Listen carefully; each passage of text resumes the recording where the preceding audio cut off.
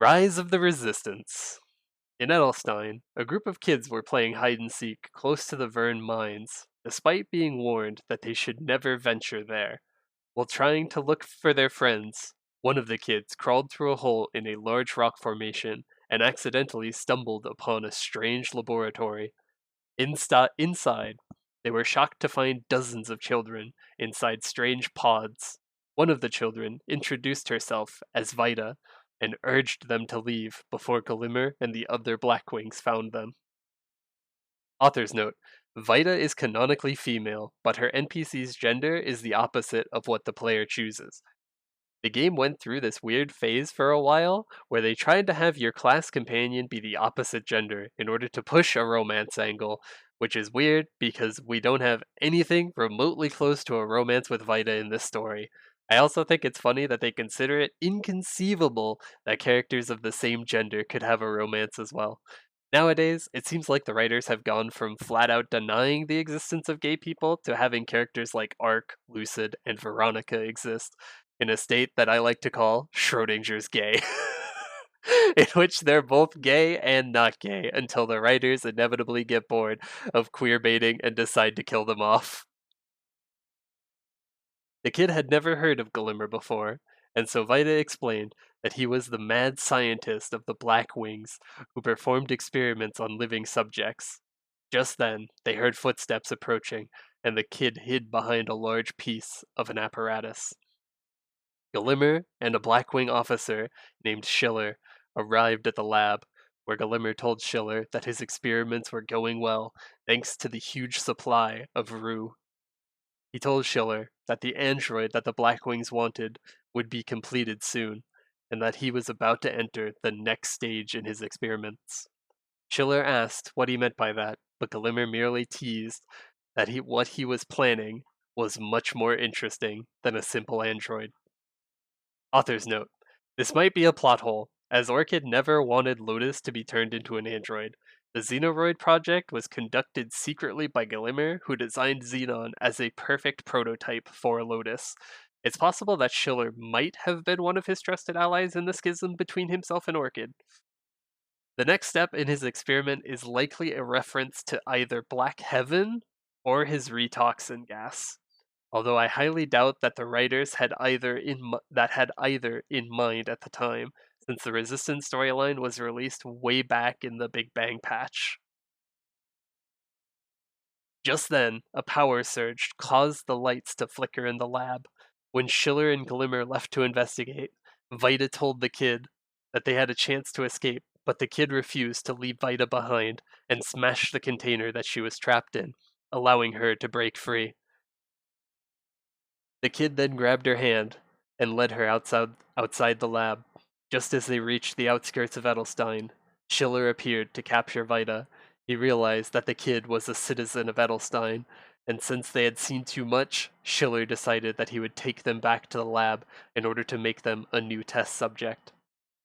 Just then, an airship appeared, in which a resistant agent with the code name J dropped down from a ladder and grabbed them both before escaping to a safe spot. Jay assured the pair that while he could have easily handled Schiller, he wouldn't have been able to guarantee their safety during the fight. Upon realizing that Vida had been a prisoner of the Blackwings, he decided to bring her to the Resistance in order to protect her, though he told the kid to return home. Before Jay left, the kid eagerly asked him how they could join the Resistance, to which Jay smiled and told them to get stronger. The kid then returned home to Edelstein and immediately sought out Headmaster Ferdy in order to ask him how they could get stronger. Realizing that they were the one whom Jay had mentioned, Ferdy suggested that they help other people around town. The kid first approached Elix, who asked them to defeat sprout monsters and bring them back to plant in the school garden. Afterwards, Elix asked them what the children of Edelstein needed most. The kid replied that they needed peace, which Elix agreed with, adding that Edelstein was very unstable. Next, the kid helped Belle eliminate potted morning glories. After returning, Belle told them that the roads would be safe to walk again, and asked what was the most important part of the roads were. to which the kid told her that the most important part was how safe they were.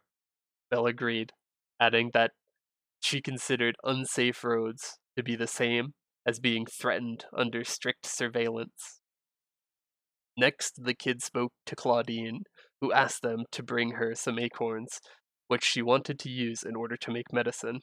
After collecting them, Claudine asked them what was the most important thing that the citizens of Edelstein ought to do in order to stay safe.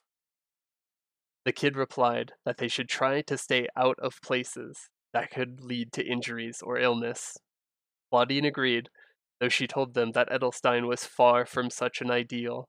Next, the kids sought out Brighton, who asked them to eliminate grape juice bottles and bring back their cork stoppers. Brighton then asked what ought be the first thing that they eliminate from Edelstein, to which the kid replied by saying that they should remove restrictions on their freedom.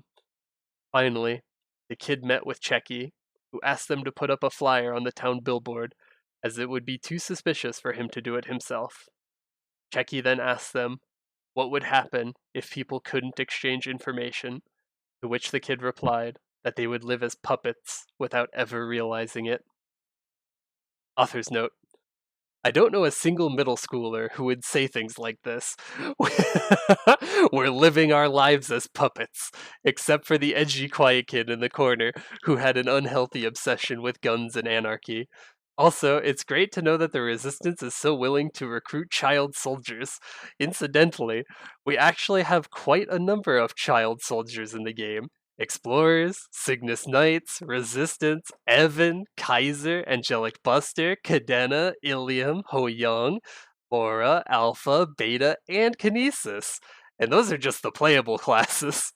If the Alliance was this willing to put weapons in the hands of kids and then send them off to fight gods, I hope that they at least factored in a large supply of meso for the therapy bills for all the trauma that they now had to live with.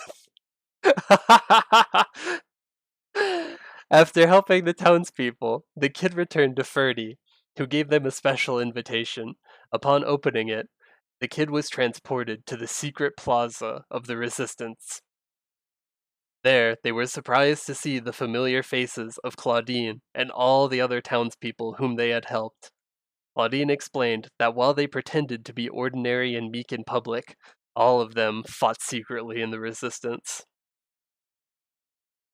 After speaking with each of the different leaders and learning about their specializations, the kid chose their path and became an official member of the Resistance. After completing Headmaster Ferdy's training program, the Resistance member was assigned their first mission by Claudine, which was to eliminate patrol bots and bring back their memory chips so she could analyze the surveillance footage.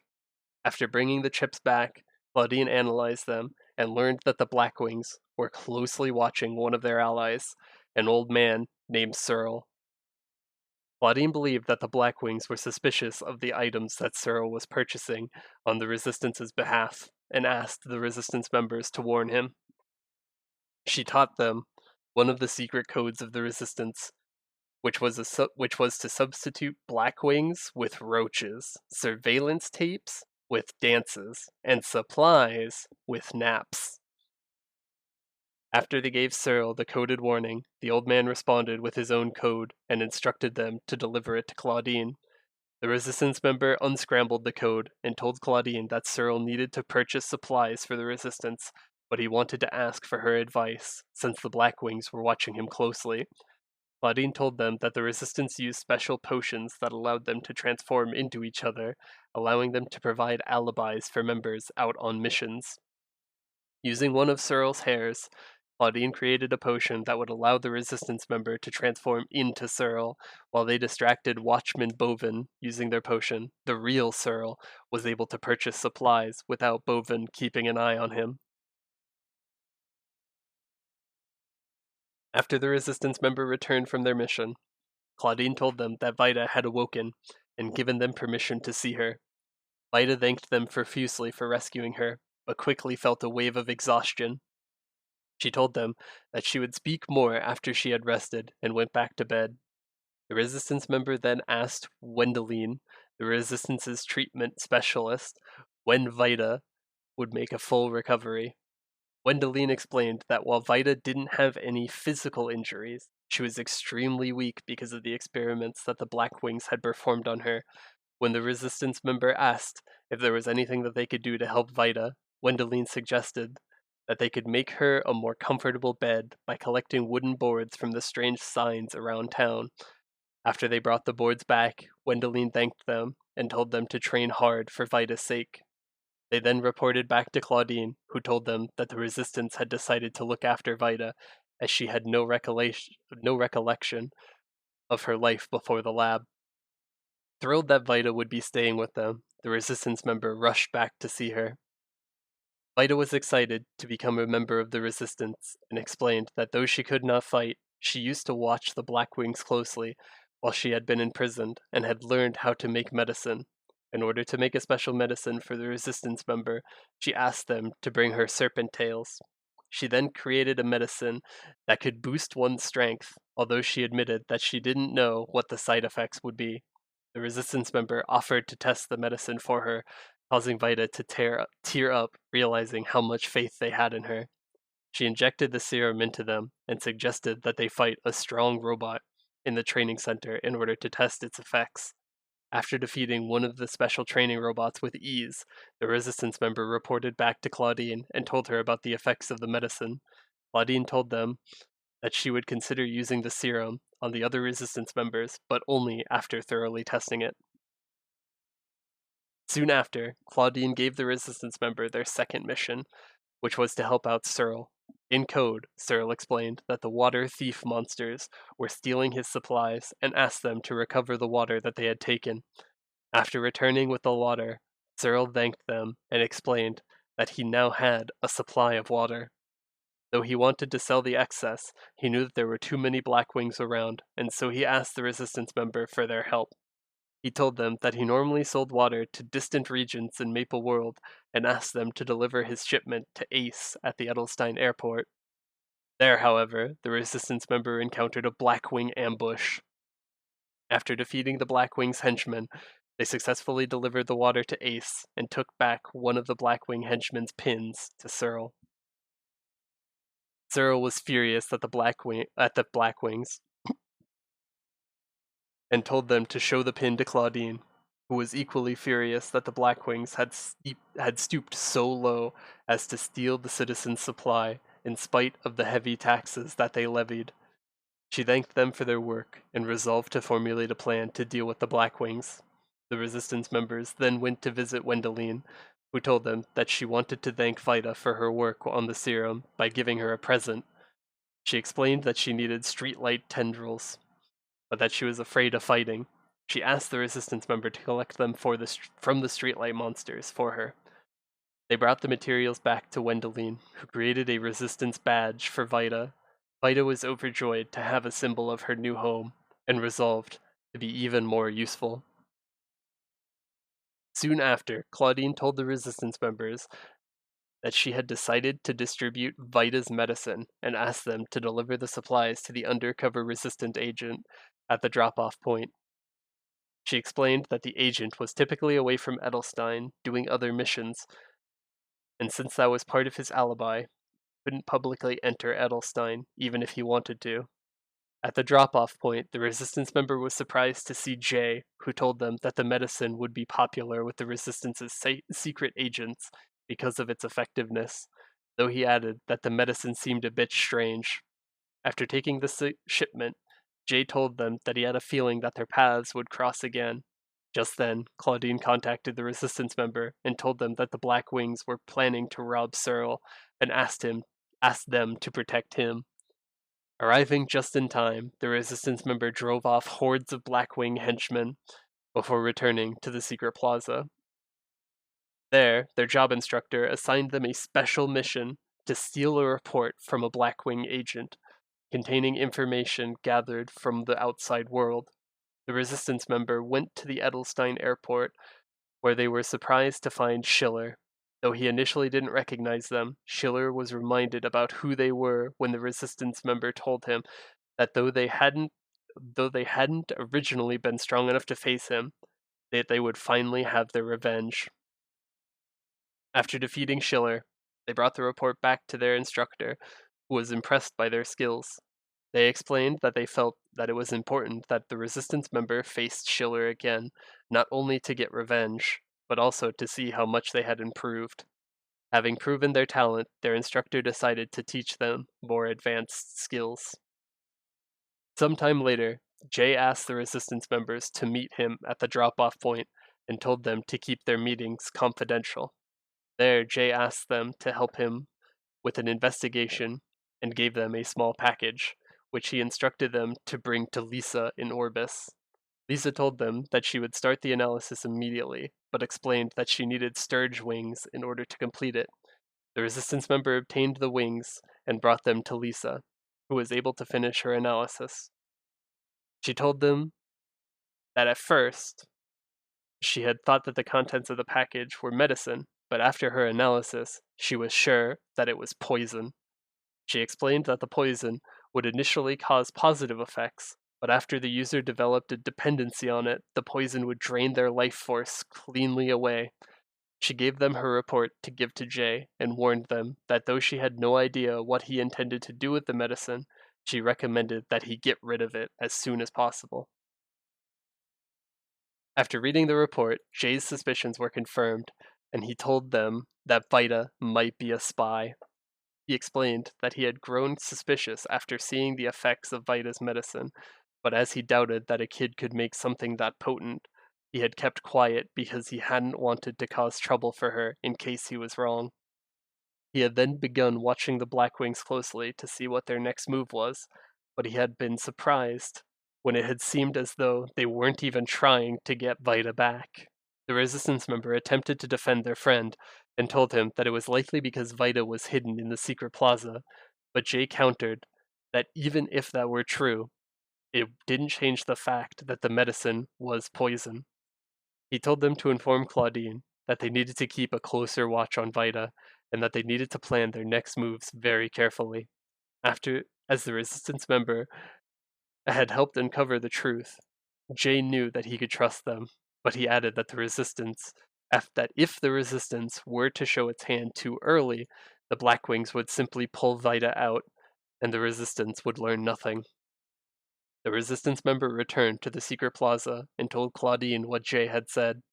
Claudine was surprised by the news and told them that she hated to think that their comrades were spying against each other. However, she knew that if Jay was right, she couldn't afford to disregard it as a coincidence.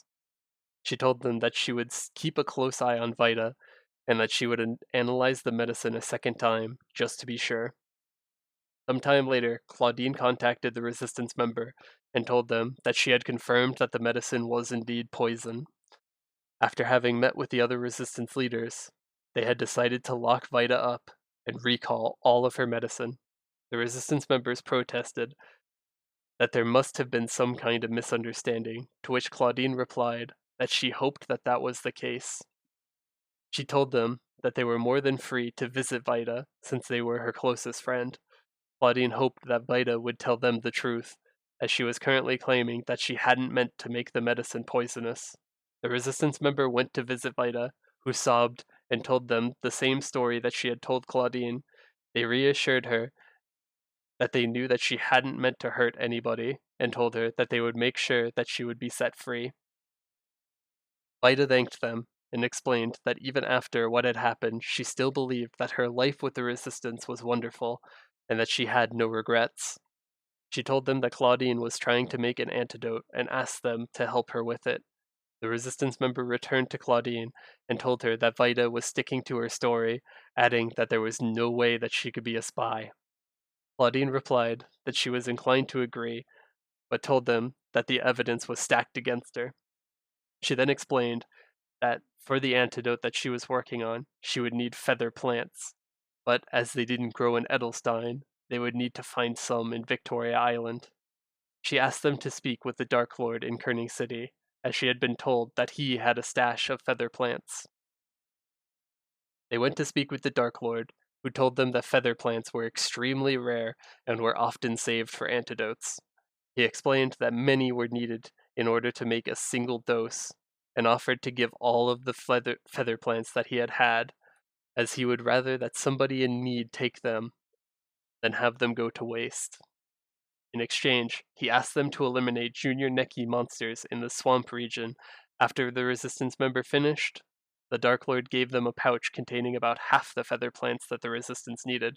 He mentioned that a Rev had stashes of feather plants as well, and that they might be able to get the rest from there. The Resistance member brought the plants to Claudine, who thanked them, but since they were still missing half, she wasn't sure about what to do. When the Resistance members suggested that they ask a Rev, Claudine grew angry and told them that any self-respecting member of the Resistance would rather stay poisoned than beg the Cygnus Knights for help. Explaining the story of how the Cygnus Knights had betrayed them, with no other option, she decided that she would try to pad the feathered plants with some other herbs and thanked the Resistance member for their help. A few days later, the Resistance member was contacted by Eckhart, who told them to come alone to the Edelstein airport. There he told them that a Rev's information network was the most powerful in the world, and that he knew that the Resistance had asked the Dark Lord for feather plants. He explained that feather plants only grew in a Rev, and that he would give them to the Resistance as a gift in order to demonstrate the Cygnus Knights' commitment towards working together. The Resistance member brought the feathered plants to Claudine, but after learning how they had obtained them, she told them that she refused to be bought off by traitors. Though she appreciated the Resistance members' intentions in accepting the gift, she explained that she still couldn't take them, as it wouldn't be fair to ask them to return the same gift that they had accepted. She promised them that she would ask someone else. Sometime later, Ferdy contacted the Resistance member, and explained that their instructor had a special mission for them. Back at the secret plaza, their instructor explained that the mission would require them to leave town and head to the power plant inside the Vern mine. They explained that both the power plant and the Vern mine rightfully belonged to the citizens of Edelstein, but the Blackwings had taken them both over and built an energy conducting device to divert power away from the city for their own purposes. For their mission, the Resistance member was to infiltrate the Vern mine alone and destroy the energy conducting device without affecting the power plant. Their instructor explained that the power plant was essential for the livelihood of the citizens, and that its destruction would wipe out all of Edelstein. They added that the Blackwings had successfully taken over the town by holding the people hostage with their own power plant, threatening to blow up the city if they didn't comply with the Blackwings' orders. Because of this, the council president had no choice but to give the Blackwings full control of Edelstein. After accepting the mission, the Resistance member was told to find a Blackwings member named Stefan, who sold Blackwing hats as an illicit side trade. With the hat they purchased from him, the Resistance member infiltrated the mine and successfully destroyed the energy conducting device. Pleased by their accomplishment, their instructor rewarded them by teaching them even more advanced techniques.